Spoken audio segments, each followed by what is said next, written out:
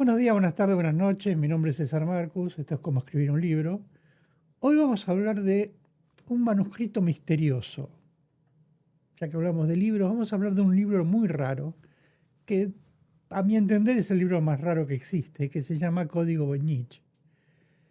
Eh, Primero, es un libro ilustrado, tiene dibujos, el contenido es desconocido, el autor es anónimo, el alfabeto con que está escrito no se sabe, y el idioma que está escrito es incomprensible. Indudablemente es un libro raro. El nombre proviene de un comerciante de libros antiguos llamado Wilfred M. Voynich, que vivió entre 1865 y 1930, y compró el libro en 1912 y actualmente lo donó a la biblioteca Viennix de libros raros y manuscritos de la Universidad de Yale. El anticuario Voynich descubrió este intrigante documento en una villa jesuítica cerca de Roma. Él compraba libros por peso, como digamos, como compra los anticuarios, las librerías gigantes. eh, mm, Compran los libros, bueno, ¿cuántos son? 300 libros, ¿cuánto pesan? Tanto, tanto te pago. No saben lo que hay adentro. Suponen que de esos 200 libros, dos o tres van a servir para vender a buen precio, recuperar la inversión, y después el resto lo venderán por unidad y ya es ganancia. Eso lo hace mucha gente en la Ciudad de México, atrás del Zócalo, en la calle Buenos Aires. Hay un montón de librerías que compran libros por peso y después uno tiene que ir a revisarlo. Yo recuerdo haber estado días enteros adentro de algunas librerías atrás del Zócalo revisando libros a ver cuál me interesa, cuál no. Y después cuando lo llevo al escritorio, al mostrador, el librero me dice, bueno, este sí, pero este es muy antiguo, este te va a costar tanto, este te lo puedo atar a pocos pesos. Es negocio, ellos hacen su negocio y a mí me sirve para conseguir libros raros. Bueno, uno de los libros raros que él compró se lo compró a esta villa, a la biblioteca que tenía esta villa jesuita en Roma.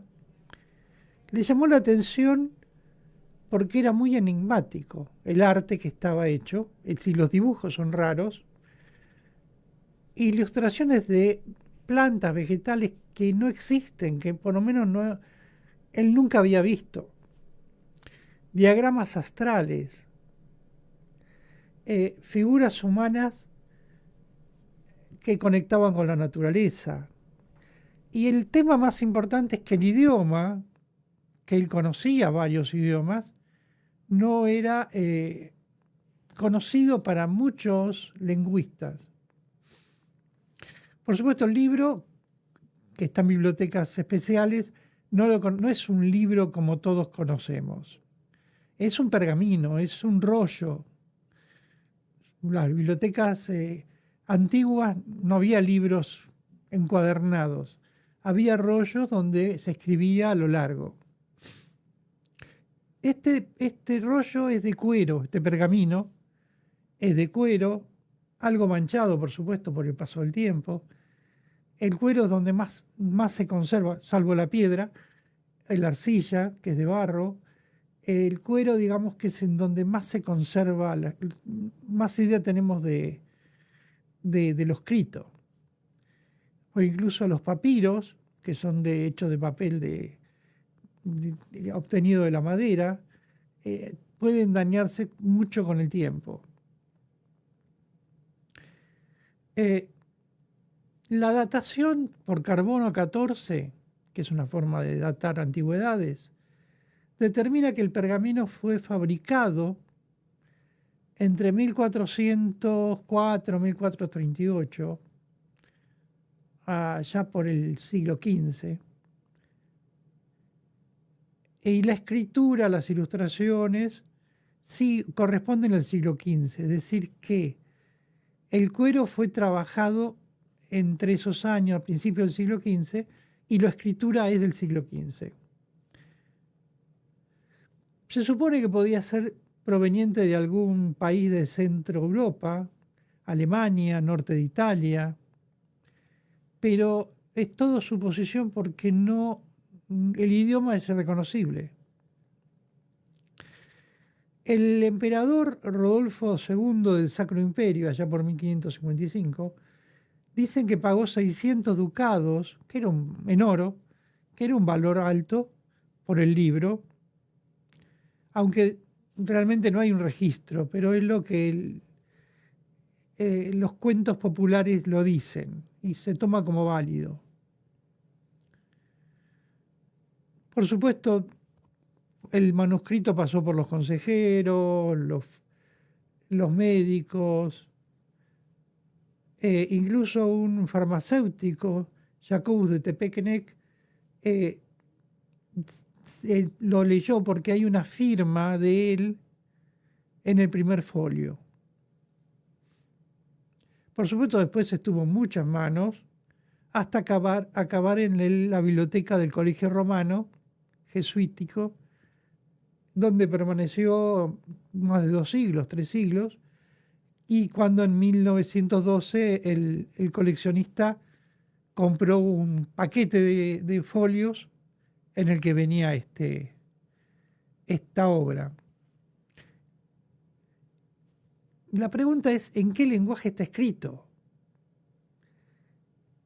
Ese es el misterio. Durante el siglo XX fue analizado por muchos criptógrafos, profesionales, lingüistas, aficionados, incluso descifradores de códigos de guerra, de estadounidenses, alemanes, japoneses, británicos, que trabajaron en la Segunda Guerra, que desencriptaban mensajes del enemigo.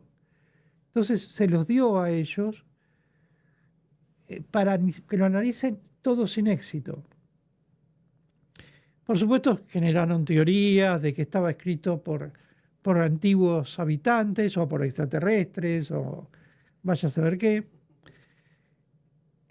Lo que llama la atención es la sección astral, con diagramas que indican una comprensión antigua pero profunda del cosmos. Es decir, veían el cosmos muy bien, mejor que después. Es decir, pensemos que en el siglo XV aparecieron los grandes descubrimientos, el telescopio, se podía ver el cosmos mejor de lo que se veía hasta ese momento, pero acá está mucho más profundo. Probablemente refleje creencias o saberes perdidos en el tiempo, como pasa muchas veces. Pensemos que cuando una tribu o un grupo de guerra colonizaba otra tribu, pensemos que en Europa eran todas tribus. Italia es un complejo lleno de tribus que reinados serían. Yo los llamo tribus, pero son reinados. Reinado de Valencia, de Venecia, reinado de el Imperio Romano. El Imperio Romano fue el que conquistó toda Italia, pero estaba en Roma. Y eso fue un poco lo que se transformó en el país de Roma, de Italia. ¿Por qué? Porque fue una conquista de otros reinos. En España pasa lo mismo. Tenemos un montón de reinos, Valencia, Cataluña, Vasconia, Galicia, hasta que vino lo que se llamó en el 1492 la Doma de España, la Doma de Castilla sería, que es donde el rey de Castilla salió a conquistar todos los otros reinos y formando la que es España de hoy. Entonces, muchos de estos idiomas, estos lenguajes que aparecieran, que eran de esos reinos, que tenían un lenguaje propio, desaparecieron. Esa cultura desapareció. Hace 500 años, no mucho más. Entonces, lo que se supone es que este libro pertenecía a alguna de esas culturas que desaparecieron con las guerras.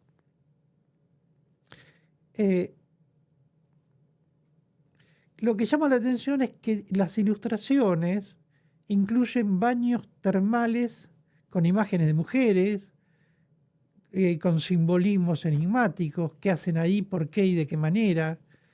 No tiene nada que ver con el erótico ni nada, simplemente la pregunta es ¿por qué? ¿En qué se están bañando? Porque están bañándose en agua, pero ese agua debía tener algo. Eh, y siempre hablando de conexión con la naturaleza. Probablemente se estén bañando en aguas con flores, pero hay una conexión muy grande entre el ser humano y la naturaleza que nos refleja el libro. Si lo separamos por páginas, el libro consta de 240 páginas, e incluso cuando lo abrimos y lo queremos encuadernar, vemos que algunas son plegables por el tamaño de la imagen, de la ilustración, son muy grandes. Las ilustraciones pueblan casi todas las páginas, con plantas, hierbas, con imágenes farmacéuticas como de medicamentos, diagramas astronómicos y zodiacales. Extraño sistema de tubería y de sistema para bañarse.